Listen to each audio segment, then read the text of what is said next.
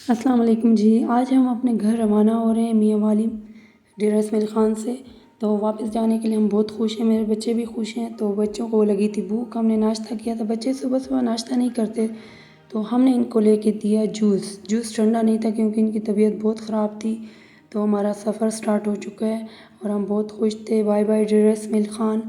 हम अपने घर जा रहे थे क्योंकि बच्चे इधर खुश भी थे और बच्चे मेरे डिस्टर्ब भी थे क्योंकि तबीयत इनकी काफ़ी ख़राब हो गई थी, जिस वजह से ये बहुत डिस्टर्ब रह चुके थे। अब मेरा बड़ा बेटा बस बिल्कुल खाली थी, तो फिर ये मेरे से खेल रहा था, कभी भाग रहा था बस में और सीट में छुप रहा था इधर उधर। तो फिर मैं भी इससे खेल रही थी। छोटा बेटा भी थोड़ा डिस्टर्ब था, गोद में बैठा था, तो वो भी उसको नींद आई हुई थी। तो हम पहुंच गए पहाड़पुर की मैं इसलिए वीडियो बनाती हूँ। ये पहाड़पुर का ग्राउंड है, फुटबॉल ग्राउंड। तो यहाँ पे हमारी पप्पो का घर होता था। एक ही हमारी पप्पो थी और अपने भाइयों के बच्चों से हमसे इतनी मोहब्बत करती थी, अल्लाह ताला उनकी मग़फ़िरत फ़रमाए।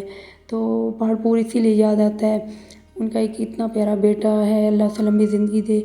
तो वो मतलब इतना प्यारा वक्त होता था। हम जाते थे, यहाँ की शादियाँ अटेंड करते थे पहाड़पुर की, और बहुत मज़ा आता था। हर शहर की शादियाँ फंक्शन अटेंड करना बहुत मज़ा आता है। अपना अपने मतलब रिवाज होते हैं सबके।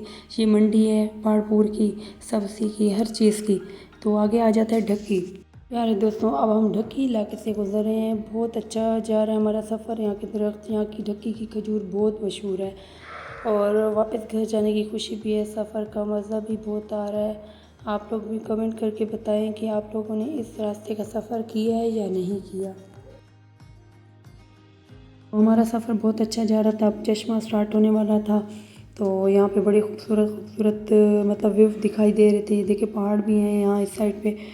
तो अब हम चश्मा के करीब हैं। ये पाकिस्तान के अहम बराइज में से एक है जो इंडस रिवर पर बना हुआ है। इसे पानी की तकसीम और ज़राअत में मदद भी मिलती है। यहाँ का मंज़र बहुत खूबसूरत लगता है, आप देख सकते हैं। इतना अच्छा लग रहा है कि यहाँ पे गाड़ी रुक जाए और हम ठहरें, और इतनी अच्छी हवा चल रही थी, तो बहुत मज़ा आ रहा था। यहाँ का मंज़र बहुत खूबसूरत लगता है, ख़ास तौर पर सफ़र के दौरान। इसलिए आपको भी जगह की झलक दिखाएं हम कि कितना प्यारा मंज़र है। सफ़र में ऐसी जगह देखकर बहुत अच्छा लगता है, थकन कम महसूस होती है। और हम पहुँच गए मियाँ वाली।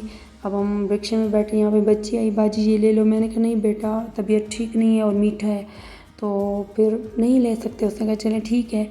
तो फिर यहाँ पे मेरे हस्बैंड कह रहे थे कि बड़ी खुश दिखाई दे रही हैं आप तो घर आकर। वहाँ पे तो इतनी खुश नहीं थी। मैंने कहा हाँ, वहाँ पे इतनी खुश नहीं थी। यहाँ पे अपने घर में आते हुए कौन खुश नहीं होता। अपना घर तो जन्नत ही होता है। तो अब हम रिक्शे में बैठ गए। यहाँ पे बच्चे भी माशाल्लाह अल्हम्दुलिल्लाह बहुत खुश थे।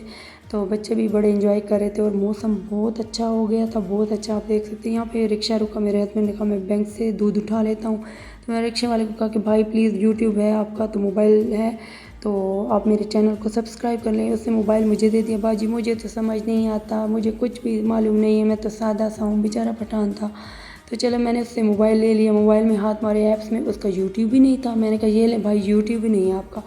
यहाँ पे हम अपनी स्ट्रीट में इंटर हो गए और स्ट्रीट में इंटर होके मैंने कहा चलें आपको रास्ता भी दिखा दूँ कि जब कोई आता है तो मालूम हो। घर के मियाँ वाली में अगर किसी को अच्छी जगह घर मालूम हो तो प्लीज़ मुझे बताइएगा, जो 10-12 हज़ार का रेंट हो, तो मतलब अच्छा सा साफ़ घर हो। यहाँ पे गली बहुत ख़राब है और बहुत हम परेशान होते हैं यहाँ पे। मतलब बिल्कुल अब तो रास्ता ही नहीं है गुज़रने का, कि रास्ता हो। रास्ता मतलब आप लोग आंखों पे हाथ ही रख लें, इस तरह का रास्ता है। सारा सोमा गंदगी, नालियों वाली निकासी नहीं है तो बाहर निकला पड़ा। ये हमारे घर के पास है नेबर, हमारे सईद भाई बहुत अच्छे हैं। इनके पास गाड़ी भी है, बाइक भी है, बट ये चला नहीं सकते, इनको तरीका ही नहीं आता। मैंने कहा क्या बात है, इतना दूर दूर पैदल जाते हैं।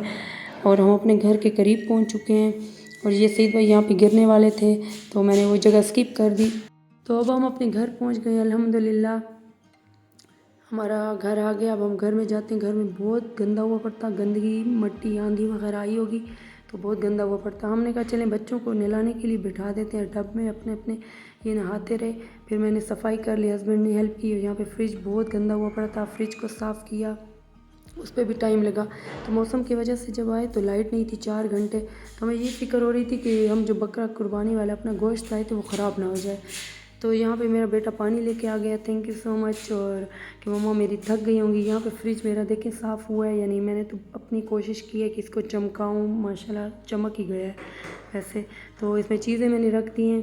और चीज़ें रखने के बाद मैंने कहा चलें इसमें गोश्त वगैरह भी जो पैकेट बना के रखे हुए थे वो भी मैंने रख दिए।